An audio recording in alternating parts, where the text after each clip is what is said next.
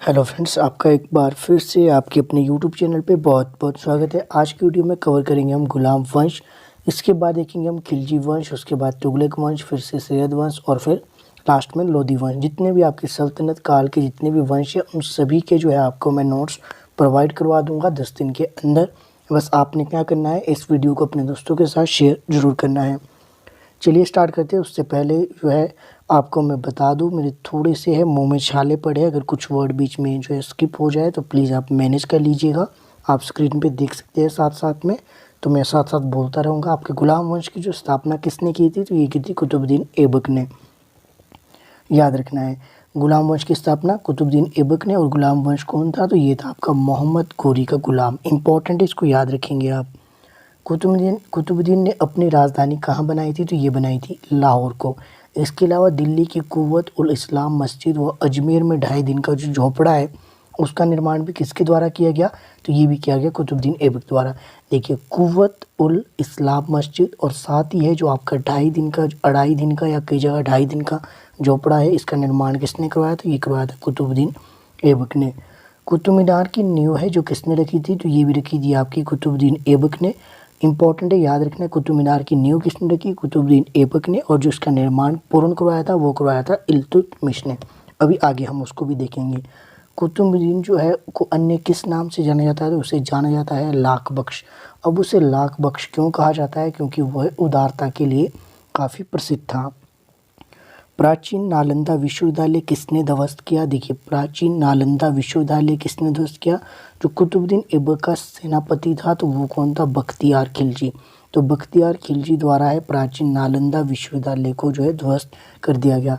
नालंदा विश्वविद्यालय की जो है स्थापना किसने की थी, तो ये मैंने आपको जब गुप्त साम्राज्य के बारे में बताया था तो उसमें भी मैंने बताया है। जिन्होंने वो वीडियो देखी है वो कमेंट करेंगे कि नालंदा विश्वविद्यालय की स्थापना किसने की है। साथ ही अगर आपने नहीं देखी है वो वीडियो, आपको डिस्क्रिप्शन में हम लिंक दे दूंगा, आप गुप्त साम्राज्य की वो वीडियो जाकर देख सकते हैं। सभी इंपॉर्टेंट क्वेश्चन है उसमें भी आपके लिए काफ़ी हेल्पफुल रहने वाले हैं। आगे देख लेते हैं। आगे आपके पास 1210 में कुतुबुद्दीन जो है उनकी मृत्यु कैसे हुई। इंपॉर्टेंट क्वेश्चन है, ये एग्जाम में अक्सर देखा गया है। जो कुतुबुद्दीन ऐबक है उसकी मृत्यु कैसे हुई थी और कब हुई थी, तो 1210 में हुई थी। कैसे हुई थी, चौगान खेलते हुए यानी कि पोलो खेलते हुए घोड़े के ऊपर गिरने से उनकी जो है मृत्यु हो गई थी। नेक्स्ट क्वेश्चन है आपके पास, कुतुबुद्दीन का उत्तराधिकारी कौन हुआ, तो इसका उत्तराधिकारी कौन हुआ, तो अब आराम जो है आराम शाह इसका जो है उत्तराधिकारी था। देखिए फ्रेंड्स, मेरे मुंह में छाले पड़े, इस वजह से थोड़ी सी प्रॉब्लम हो रही है, तो प्लीज़ आप मैनेज कर लीजिएगा। उत्तराधिकारी कौन था, तो ये था आपका आराम शाह। इंपॉर्टेंट है, ध्यान रखना। वो आराम शाह की जो हत्या है, दिल्ली की गद्दी पर कौन बैठा था, इसकी हत्या किसने की थी, तो इसने की हत्या की थी इल्तुतमिश ने। अब इल्तुतमिश कौन था, एक तो ये आपका इंपॉर्टेंट क्वेश्चन है कि इल्तुतमिश कौन था। इल्तुतमिश आपका जो था ये था कुतुबुद्दीन ऐबक का जो ये दामाद था, और साथ ही क्या था, ये आपका तुर्किस्तान व इल्बरी तुर्क का भी ये शासक भी था। तो याद रखना है, इल्तुतमिश कौन था, तुर्किस्तान का इल्बरी तुर्क था, और साथ ही क्या था, कुतुबुद्दीन ऐबक का ये जो है आपका दामाद था। ध्यान रखेंगे। कुतुबुद्दीन की जो मृत्यु के समय इल्तुतमिश कहाँ का गवर्नर था, तो ये उस समय कहाँ का गवर्नर था, तो ये आपका बदायूं का गवर्नर रहा था। इल्तुतमिश लाहौर से स्थानांतरित करके राजधानी कहाँ लाया, तो ये लाया था दिल्ली के लिए। क्वेश्चन नंबर 14 है आपके पास, 1229 ईस्वी में बगदाद के खलीफा से सुल्तान पद की जो है वैधानिक स्वीकृति किसने प्राप्त की। इंपॉर्टेंट है, बहुत ज़्यादा इंपॉर्टेंट है, वेरी इंपॉर्टेंट क्वेश्चन है कि उन 1229 में आपने सन भी याद रखना है। बगदाद की खलीफा से सुल्तान पद की वैधानिक स्वीकृति किसने प्राप्त की, तो खलीफा की जो पदवी किसने दी थी, बगदाद के खलीफा से किसे मिली थी, तो ये मिली थी इल्तुतमिश को। 1236 में इल्तुतमिश की मृत्यु के पश्चात उत्तराधिकारी कौन हुआ, तो उत्तराधिकारी कौन था, उसके बाद रुकुद्दीन ऐबक जो उसका क्या है उत्तराधिकारी बना। और जो रुकुद्दीन ऐबक है वो क्या है, एक अयोग्य शासक था, जिस कारण क्या है, जो तुर्की के अमीर है, तुर्की के अमीरों ने रुकुद्दीन को हटाकर गद्दी पर किसे बिठाया, तो ये बिठाया था रजिया सुल्तान को। और ये रजिया सुल्तान कौन थी, इल्तुतमिश की जो है बेटी थी, और ये प्रथम मुस्लिम शासिका थी, ये भी आप ध्यान रखेंगे।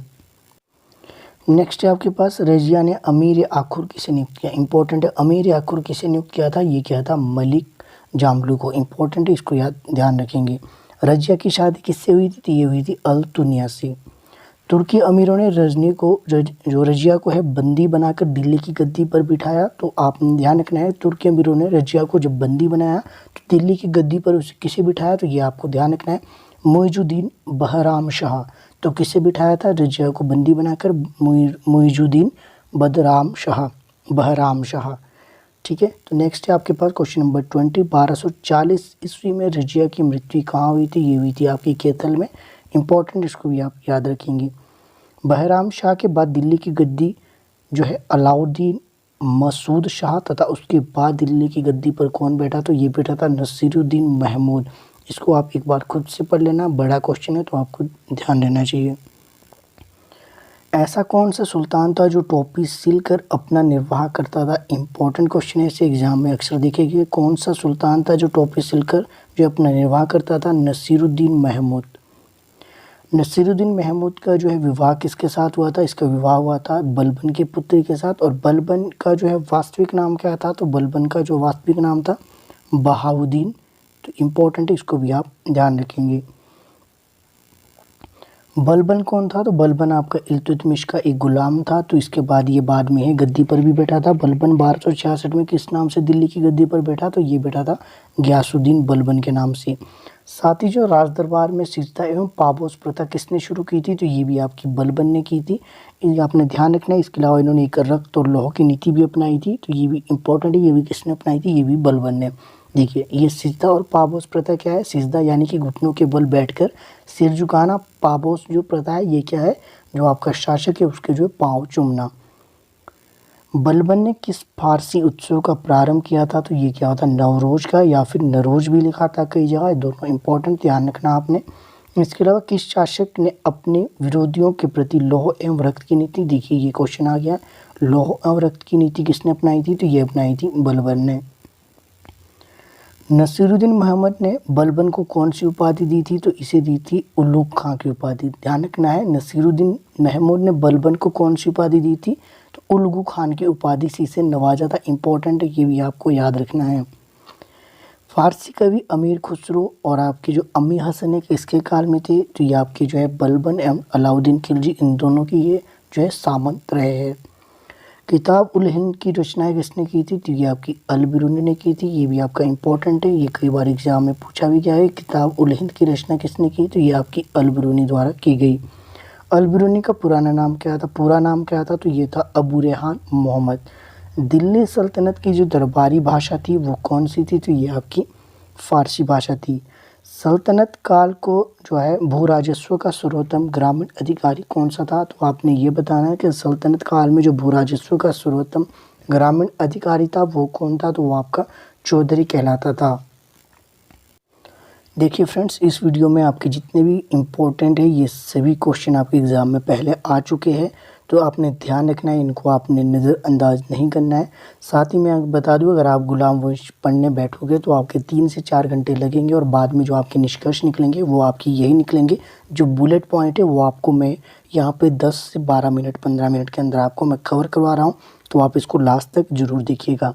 अगला क्वेश्चन देख लेते। गुलाम वंश के समय तौल माप की जो सबसे छोटी इकाई थी, तो ये उसे क्या कहा जाता था, तो उसे कहा जाता था आपका रति। यहाँ देखिए, गुलाम वंश के समय तौल की सबसे छोटी इकाई क्या थी, तो ये थी आपकी रति।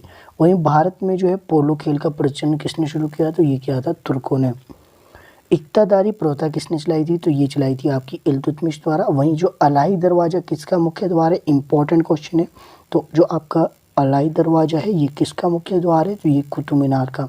कुतुब मीनार का निर्माण मैंने आपको बता दिया, कुतुबुद्दीन ऐबक ने नींव रखी और इल्तुतमिश द्वारा इसको जो है पूर्ण करवाया गया।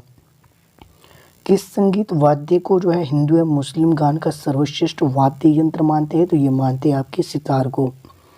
अपनी शक्ति समेकित करने के बाद बलबन ने कौन सी उपाधि धारण की थी, तो उनके द्वारा कौन सी उपाधि धारण की गई, जिल ए इलाही की उपाधि धारण की गई। इसके बाद आपका है गुलाम वंश का जो अंतिम शासक है वो कौन हुआ, तो ये हुआ था आपका केकुबाद। वहीं सल्तनत काल में सेना का सबसे उच्च अधिकारी क्या कहलाता था, तो ये कहलाता था आपका खान। उसके बाद आपके बलबन ने अपने आप को किस तुर्की योद्धा के वंशज होने का दावा किया था, तो ये क्या था, अमीर हमजा। तो ये थे आपके 44 मोस्ट इंपॉर्टेंट क्वेश्चन आपके गुलाम वंश से। जितना भी आपका सल्तनत काल है, खिलजी वंश, तुगलक वंश, सैयद वंश और लोधी वंश इसके बाद रह गए हैं। तो ये देखिए यहाँ लोधी वंश के भी जो है नोट्स बने हुए हैं, तो आपके लिए ये वीडियो मैं जल्दी अपलोड कर दूंगा बना के। तो बस आपसे रिक्वेस्ट है कि प्लीज़ अपने दोस्तों के साथ शेयर ज़रूर कीजिए। अगर इस वीडियो का रिस्पांस अच्छा आता है तो मैं बेशक जितने मेरे पास हिस्ट्री के नोट्स हैं मैं सभी की जो है वीडियो आपको प्रोवाइड करवा दूंगा। मिलते हैं अगली वीडियो में, प्लीज़ शेयर ज़रूर करें। आपका मेरे साथ बने रहने के लिए बहुत बहुत धन्यवाद।